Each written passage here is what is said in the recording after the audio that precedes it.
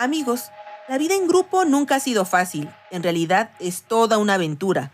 Nunca faltan los corajes, los malos entendidos, que si fulanito dijo una cosa, que si menganito no quiso hacer nada, en fin. Siempre habrá experiencias que nos hagan dudar de nuestra capacidad para enfrentar todos esos retos. Pero no todo es malo, porque cuando existe conexión, comunicación, compromiso, responsabilidad y buena vibra con las personas del grupo al que perteneces, seguramente los resultados serán geniales. ¿Qué piensas, Paco? Así es, y no importa la edad, la nacionalidad, el sexo, la condición económica, religiosa o social. En cualquier momento y circunstancia nos enfrentamos al hecho de tener que formar grupos para trabajar, estudiar, incluso para hacer deporte o política. Así lo hemos hecho desde siempre. ¿Te has dado cuenta de que hasta para realizar los quehaceres de la casa hay que formar equipo? No es una tarea sencilla, porque requiere tener disposición y establecer acuerdos que nos coloquen a todos en una situación de satisfacción personal. Las grandes organizaciones como las familias, religiones o gobiernos basan su éxito o fracaso en el trabajo grupal que llevan a cabo. Eso me recuerda a que existe una historia muy esclarecedora acerca de la forma en cómo vivimos el trabajo en equipo en nuestro amado país. La historia que te vamos a contar se titula La fábula de los aztecas y sus tacatacas. ¿La has escuchado alguna vez? Este pequeño cuento habla de la importancia de aprender a trabajar eficazmente en equipo. Pero antes de comenzar con nuestra historia, es importante decir que el trabajo en equipo sigue siendo nuestro talón de Aquiles. Pero, ¿de dónde proviene esa expresión y qué significa? Ya te digo, primero tenemos que aclarar que los tendones también se conocen como tendones de Aquiles. Son unas bandas resistentes de tejido fibroso que conectan los músculos de tu pantorrilla con el hueso del talón.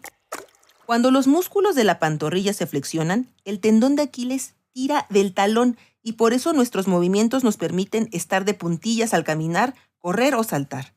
De hecho, son los tendones más grandes y fuertes del cuerpo, lo cual es curioso, pues usamos la expresión talón de Aquiles para aludir al punto débil de una persona o cosa. Además, dicen que cuando se rompen provocan un dolor muy fuerte. En relación con el origen de esta expresión, te contaré la versión más breve y amable. Cuenta la mitología griega, Tetis, madre de Aquiles, se llevó a su hijo al río Styx, que marcaba el límite entre el mundo de los vivos y el de los muertos. Para hacerlo invencible, invulnerable e inmortal, la diosa sumergió a su bebé en las aguas del río, cuyo nombre Styx significa estremecimiento y expresa repugnancia por la muerte. La única parte del cuerpo de Aquiles que permaneció vulnerable fue su talón, pues fue de ahí que Tetis lo sostuvo al bañarlo en las mágicas aguas. En la Ilíada lo llaman el de los pies ligeros, porque era el más rápido a la hora de correr, pero también se dice que era el más hermoso de los héroes griegos. Al ser tan joven como tú que nos estás escuchando, podría vencer casi cualquier obstáculo. Sin embargo, en un combate fue sorprendido por una flecha que le atravesó el tobillo y murió. Qué triste historia. Pero como puedes apreciar, la expresión talón de Aquiles significa debilidad, lo cual quiere decir que nuestra debilidad es que no sabemos trabajar en equipo. Creo que en esta época de superhéroes podríamos decir que para los mexicanos el trabajo en equipo es como la kriptonita, ¿verdad? Ándale, todos los chavos y los no tan chavos sabemos que la debilidad de Superman era la kriptonita, pero vayamos con nuestra historia, fábula de los aztecas y sus tacatacas.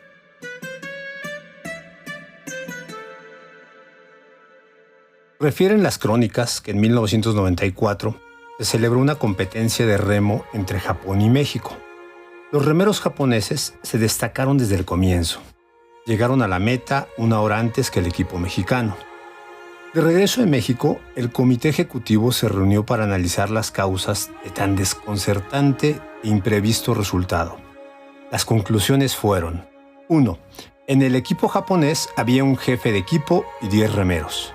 2. En el equipo mexicano había un remero y 10 jefes de equipo.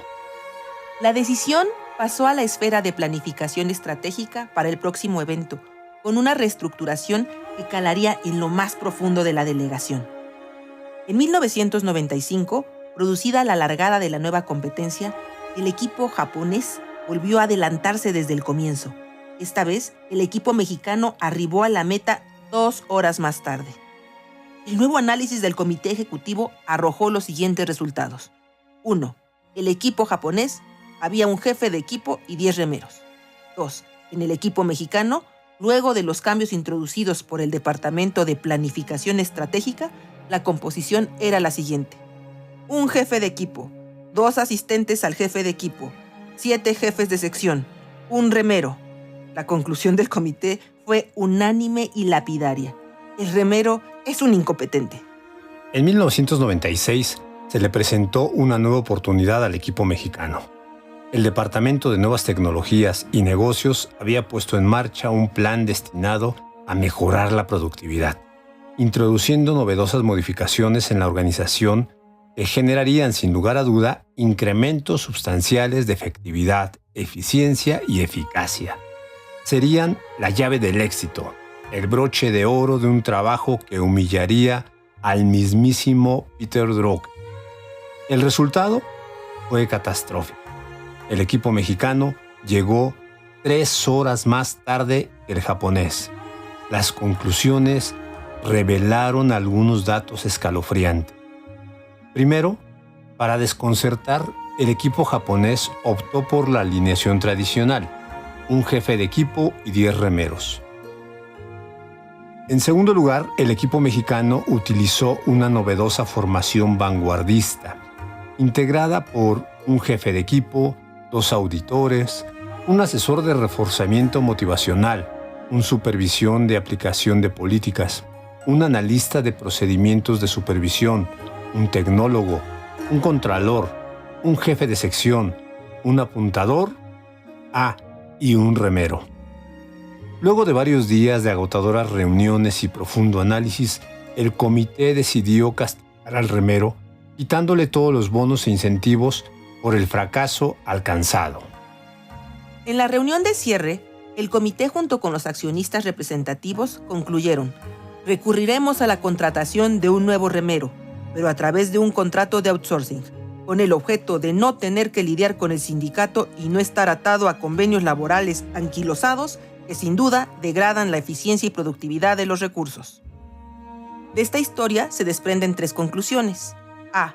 No hay justicia en los Juegos Olímpicos. B. Existen japoneses con mucha suerte. C. El remero era reactivo en lugar de ser proactivo. El remero era flojo y no se apegó a la misión, visión y objetivos, estrategias y tácticas del sistema. Y por si fuera poco, no supo trabajar en equipo. Qué cosas, ¿verdad?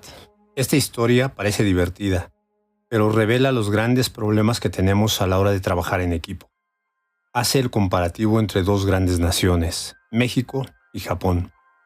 Es posible que te preguntes, ¿acaso no es malo hacer comparaciones? Por supuesto que a nivel personal es detestable que te comparen con alguien más. Porque, por ejemplo, por mucho que quieras a tu bro o a tu sis, no te late que tus papás te comparen con ellos. Cada uno tiene su propia personalidad y forma de ver la vida. Sin embargo, las comparaciones entre naciones son fundamentales, porque revelan diferencias en calidad, equidad y eficiencia en los sistemas políticos, educativos, económicos y sociales. Y desde una perspectiva internacional, ofrece referencias para interpretar los resultados nacionales.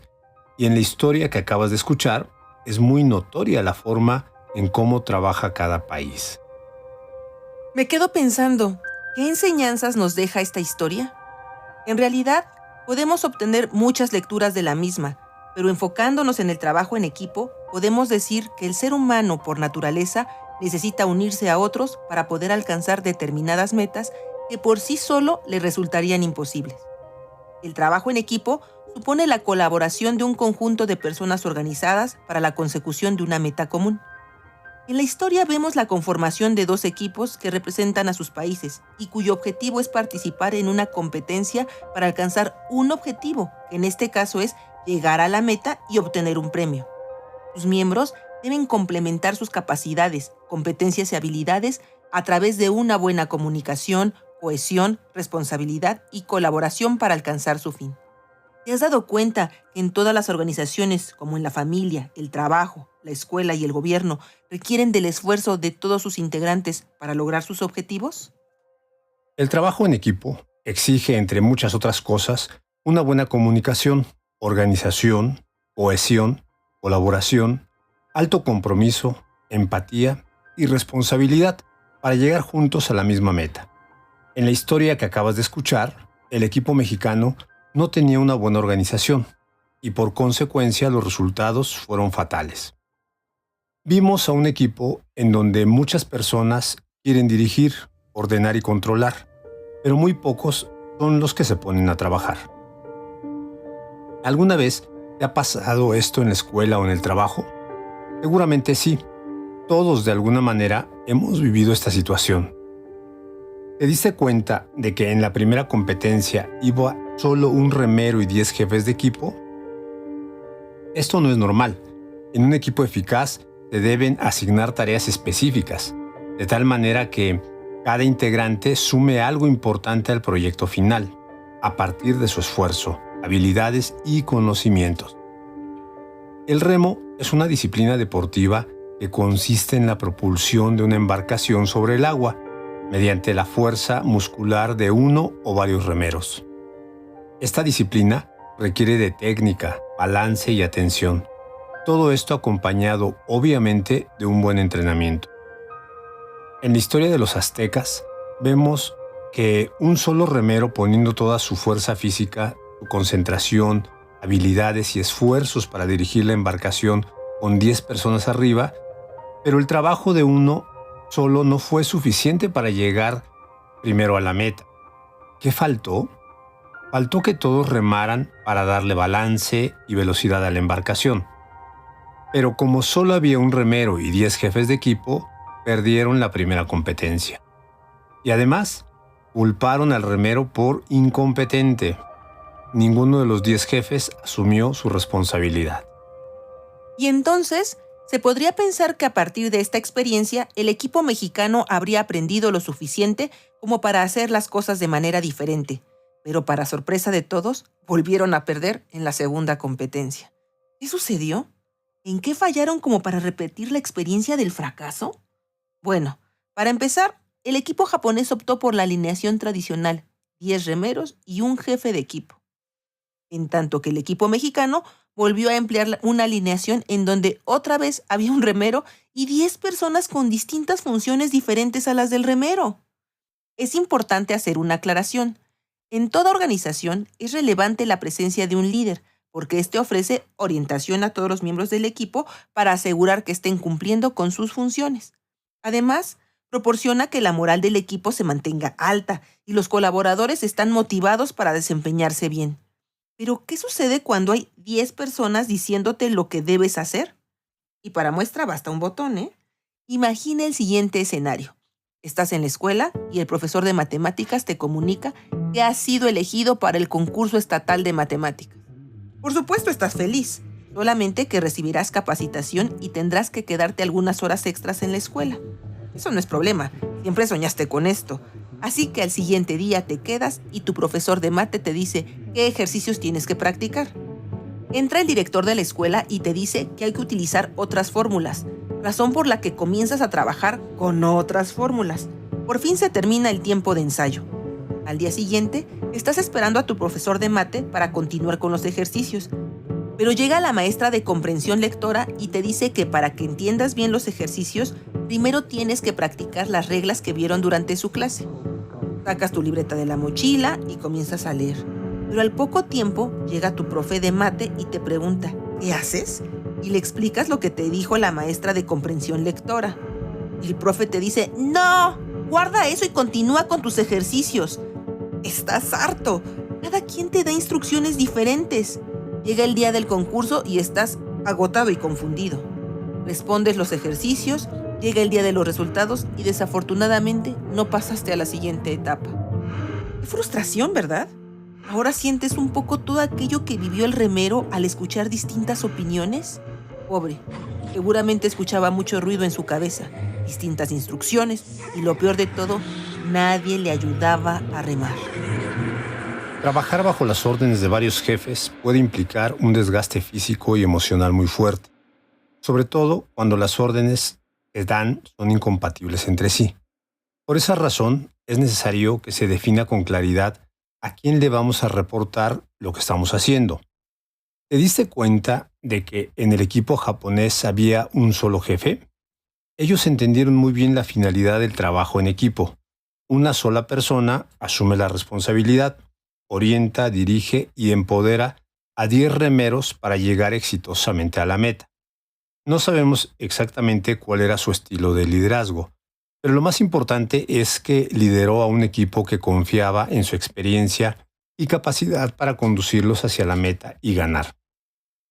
Desafortunadamente, en nuestra cultura muchas personas hablan y dicen cómo serán las cosas, pero no meten las manitas en las tareas que se tienen asignadas y terminan dejando toda la tarea o el proyecto a una o dos personas.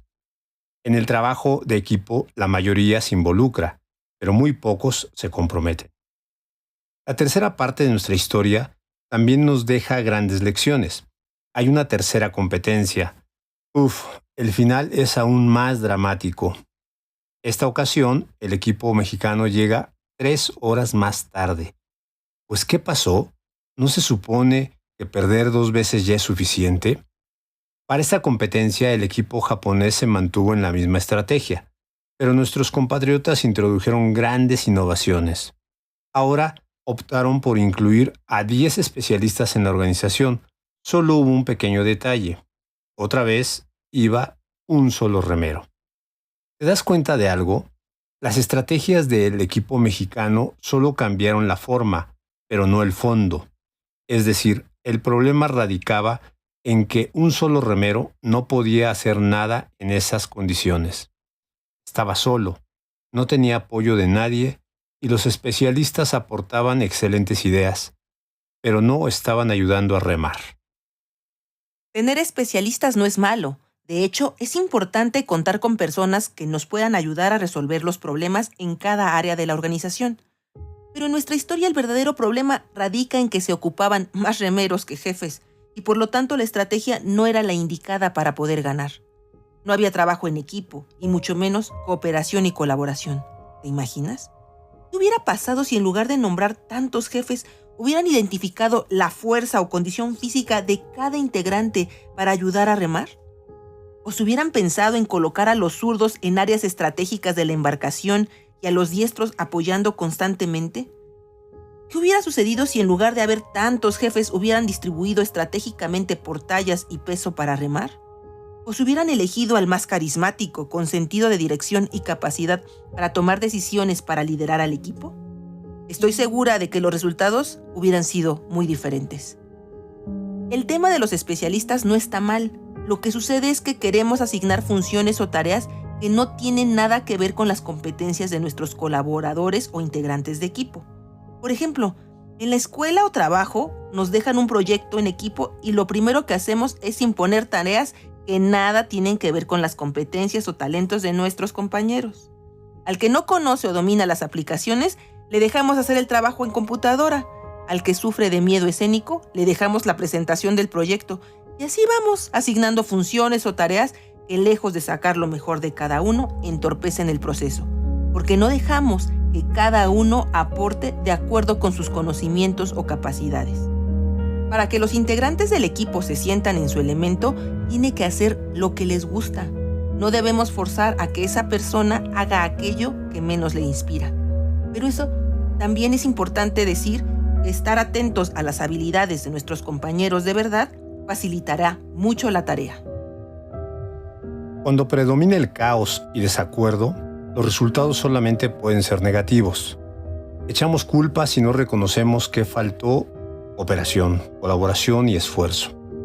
Existen algunos países en el mundo en donde el trabajo en equipo es de lo más normal, se les da de forma natural, ya que los niños, jóvenes y adultos encuentran cómodo y satisfactorio reunirse con los demás para lograr sus objetivos. Lo han aprendido desde pequeños y ahora lo incorporan fácilmente a su vida cotidiana. Pero no te desanimes, porque aun cuando en México nos resulta más complicado llevarlo a cabo, Una buena noticia es que el trabajo en equipo es una habilidad que podemos aprender todos, sin excepción. Solamente es cuestión de poner manos a la obra. Recuerda que el trabajo en equipo es fundamental para el crecimiento y un mejor desarrollo de cada uno de sus integrantes. El trabajo en equipo eficaz y eficiente tiene su base en la comunicación, la confianza, empatía, responsabilidad y retroalimentación constante. Pero lo mejor de todo es que además de lograr los objetivos, nos proporciona mucho aprendizaje. No olvides que el talento gana partidos, pero el trabajo en equipo y la inteligencia te ganan campeonato.